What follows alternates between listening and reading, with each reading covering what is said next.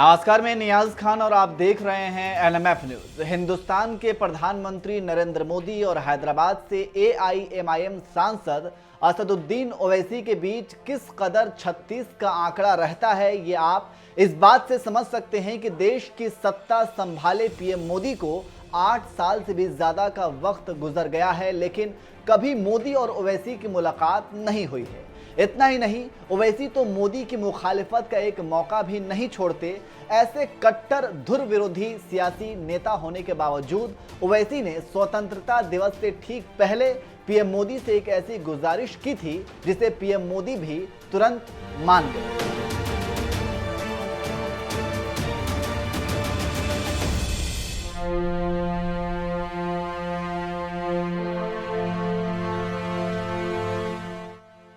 दरअसल इस बार का स्वतंत्रता दिवस बेहद खास है, क्योंकि 15 अगस्त के दिन हिंदुस्तान को आजाद हुए 75 साल पूरे हो गए और हैदराबाद से सांसद असदुद्दीन ओवैसी चाहते थे कि इस बार जब लाल किले से पीएम मोदी देश को संबोधित करें तो हिंदुस्तान को आजाद कराने में अहम भूमिका निभाने वाले तमाम स्वतंत्रता सेनानियों के साथ ही मुस्लिम स्वतंत्रता सेनानियों का भी जिक्र करें और हिंदुस्तान की आज़ादी में उनके योगदान को नमन करें। इसलिए उन्होंने 15 अगस्त से एक दिन पहले यानी 14 अगस्त को उन्होंने एक कार्यक्रम में कहा था कि हम उम्मीद करते हैं कि जब पीएम मोदी लाल किले से देश को संबोधित करेंगे तो अशफाकुल्लाह खां जैसे मुस्लिम स्वतंत्रता सेनानियों का भी जिक्र करेंगे। हम उम्मीद करते हैं कि देश के प्रधानमंत्री जब 15 अगस्त को लाल किले से खड़े होकर मुल्क से खिताब करेंगे तो मुल्क के मजलूमों का जिक्र करेंगे। हम उम्मीद करते हैं कि देश के प्रधानमंत्री जब 15 अगस्त को झंडा तिरंगा लहराएंगे तो अल्लामा फजल खैराबादी का, मौलाना महमूदुल हसन का, हुसैन अहमद मदनी का, मौलाना काफी का, अशफाकुल्लाह का जिक्र करेंगे। नहीं मालूम करेंगे या नहीं करेंगे, वो करे या ना करे, हम तो करते रहेंगे। हमको फख्र है हमारे बुजुर्गों पर। हमारा सीना चौड़ा हो जाता है जब हम अपने बुजुर्गों की कुर्बानियों की दास्तानों को पढ़ते हैं कि कैसे अल्लामा फजल खैराबादी जिस दिन उनके बेटे रिहाई का पैगाम लेकर है उसी दिन अल्लामा फजल खैराबादी का इंतकाल हो गया। उसी दिन अल्लामा फजल खैराबादी का इंतकाल हो गया। मौलवी अलाउद्दीन की लाश हैदराबाद को भी नहीं आई। तुर्रेबाज खां की लाश लटकती रही सुल्तान बाजार में कई दिनों तक। मेरे अजीज दोस्तों, बुजुर्गों, ये मुल्क की आज़ादी हमको आसानी से नहीं मिली। बहुत मुश्किलात और कठिन सफरात से गुजरना पड़ा। ये मुल्क आज़ाद इसलिए हुआ कि क्योंकि हर मजहब के लोगों ने मिलकर अंग्रेज़ों को भगाया। अगर आज पूरे मुल्क के हर समुदाय के लोग मिल जाएंगे तो हम जुल्म को मिटा देंगे, गुर्बत को मिटा देंगे, इस्तिसाल को मिटा देंगे, मसावात को हासिल करेंगे और अमन, एक ठोस अमन कायम हो जाएगा।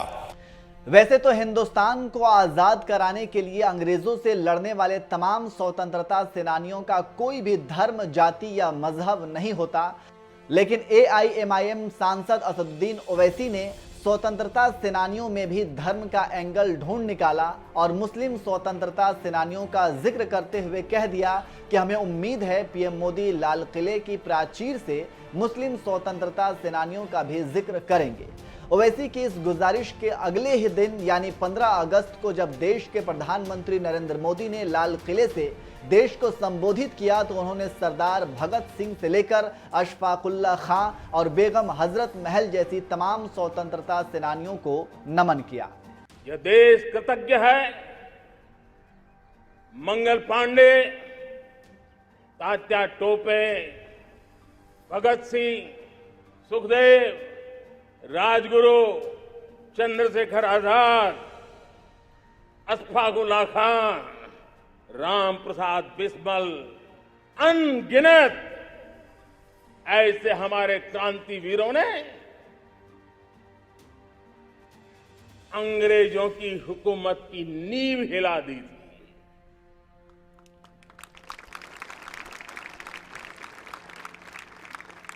यह राष्ट्र कृतज्ञ है उन वीरांगनाओं के लिए, रानी लक्ष्मीबाई हो, झलकारी बाई, दुर्गा भाभी, रानी गाइदिन्लियो, रानी चेन्नम्मा, बेगम हजरत महल, बेलू निचियार, भारत की नारी शक्ति क्या होती है, भारत की नारी शक्ति का संकल्प क्या होता है, भारत की नारी त्याग और बलिदान की क्या पराकाष्ठा कर सकती है, वैसी अनगिनत वीरांगनाओं का स्मरण करते हुए हर हिंदुस्तानी गर्व से भर जाता है। पीएम मोदी ने लाल किले की प्राचीर से तमाम स्वतंत्रता सेनानियों के साथ ही अशफाकुल्ला खां और बेगम हजरत महल का भी जिक्र किया तो वरिष्ठ पत्रकार पंकज झा ने एक ट्वीट में लिखा, असदुद्दीन ओवैसी ने सवाल उठाया था कि क्या प्रधानमंत्री नरेंद्र मोदी मुस्लिम महापुरुषों का जिक्र करेंगे। लाल किले की प्राचीर से आज देश को संबोधित करते हुए प्रधानमंत्री ने अशफाकुल्ला खां से लेकर बेगम हजरत महल तक को नमन किया। पत्रकार पंकज झा के इस ट्वीट को खुद असदुद्दीन ओवैसी ने भी रीट्वीट किया, जो बता रहा है कि कहीं ना कहीं उस बात से संतुष्ट नजर आए कि पीएम मोदी ने अपने भाषण में मुस्लिम स्वतंत्रता सेनानियों को पूरा मान सम्मान दिया और आज़ादी में योगदान देने के लिए उन्हें नमन किया। हालांकि आपको बता दें कि ओवैसी ने काला पानी की सजा पाने वाले कैदी फजले हक खैराबादी और मक्का से गिरफ्तार किए गए शेखुल हिंद महमूदुल हसन का भी जिक्र किया था, जिन्हें यूरोप के उस माल्टा देश की जेल में रखा गया था, जहां आज भी भारत से सीधी फ्लाइट तक नहीं है। ऐसे तमाम मुस्लिम स्वतंत्रता सेनानियों का जिक्र करते हुए ओवैसी ने और क्या कुछ कहा था, आइए आपको सुनाते हैं।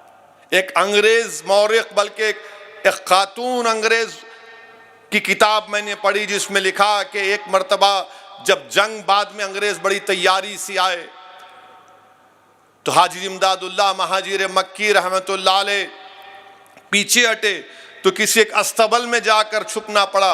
अल्लाह का इतना बड़ा करम हुआ उस अल्लाह के वली पर कि हाजी इमदादुल्लाह महाजिर मक्की उस अस्तबल में है, मगर वो अंग्रेज सिपाही उनको देख नहीं सके। अगर कोई और कह देता तो बोलते अरे बड़ा चढ़ा कर पेश कर दिए। एक अंग्रेज की किताब मैंने पढ़ी, नाम याद नहीं आ रहा। ये उन हमारे मुअज़्ज़िज़ उलमाए कराम जो अल्लाह के वली भी थे, ये इनके करामात भी थे। फिर हाजी इमदादुल्लाह महाजिर मक्की रहमतुल्लाह अलैह मक्का मदीना चले गए। ये हमारे बुजुर्गों की कुर्बानियां हैं, इसको कोई नजरअंदाज नहीं कर सकता। मेरे अजीज दोस्तों और बुजुर्गों, फिर क्या आप जानते कि झांसी की रानी का जिक्र होता है?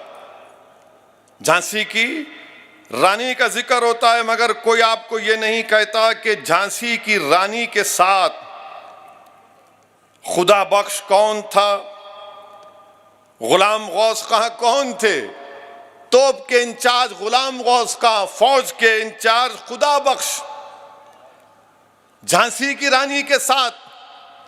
मगर जो मुसलमानों से नफरत करते, मैं उनसे कह रहा हूं, मैं मुसलमानों से नहीं कह रहा हूं, जो मुसलमानों से नफरत करते उनको आईना दिखा रहा हूं। जाके तारीख पढ़ो, हिस्ट्री पढ़ो, तुम्हारे दिलो दिमाग में 70 साल से मुसलमानों के ताल्लुक से नफरत भर दी गई है कि झांसी की रानी के साथ फौज का इंचार्ज खुदा बख्श, आर्टिलरी तोपखाने का इंचार्ज गुलाम गौस खान, और ये लोग 4 जून को शहीद हुए झांसी के किले को का तहफ़्फ़ुज़ करते। और कौन इनके खिलाफ गद्दारी किया, अंग्रेजों के साथ कौन थे? ये ग्वालियर के सिंधियास थे जिन्होंने झांसी की रानी से लड़ाई लड़ने आए थे।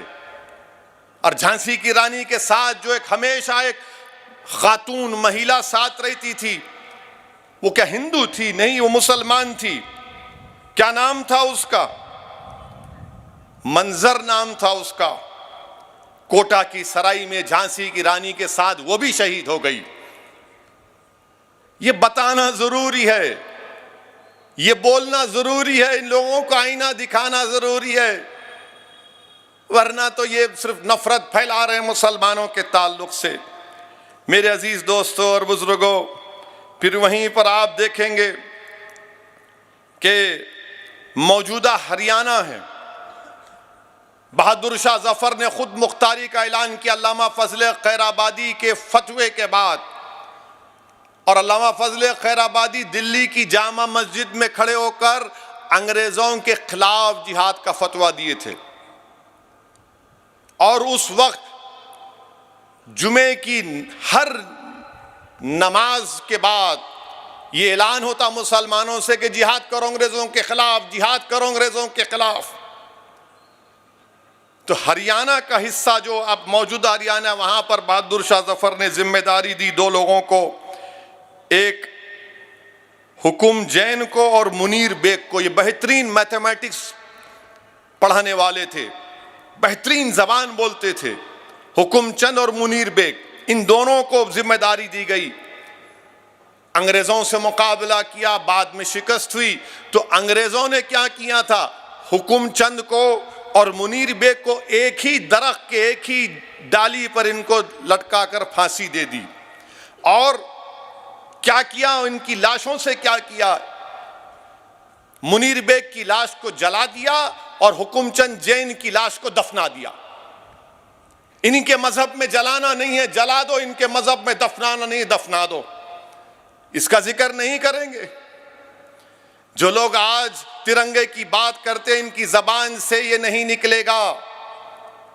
अयोध्या को 6 दिसंबर को क्या हुआ सारी दुनिया जानती है, और फिर पिछले साल अगस्त में क्या हुआ दुनिया जानती है। मगर क्या वो लोग बोलेंगे इस बात को कि जब बहादुर शाह जफर की क़ियादत में अंग्रेजों के खिलाफ जिहाद का फतवा हुआ दिया गया और अंग्रेजों के खिलाफ जंग लड़ी गई, तो इसी अयोध्या में हनुमानगढ़ी के रामचरण दास और मौलाना अमीर अली ने मिलकर अंग्रेजों से मुकाबला किया।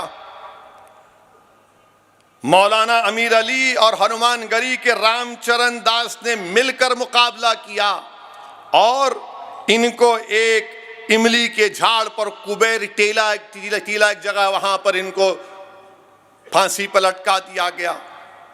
यह भी तो हकीकत है, मगर इसके बारे में कोई नहीं बोलता, इसके बारे में कोई जिक्र नहीं करता।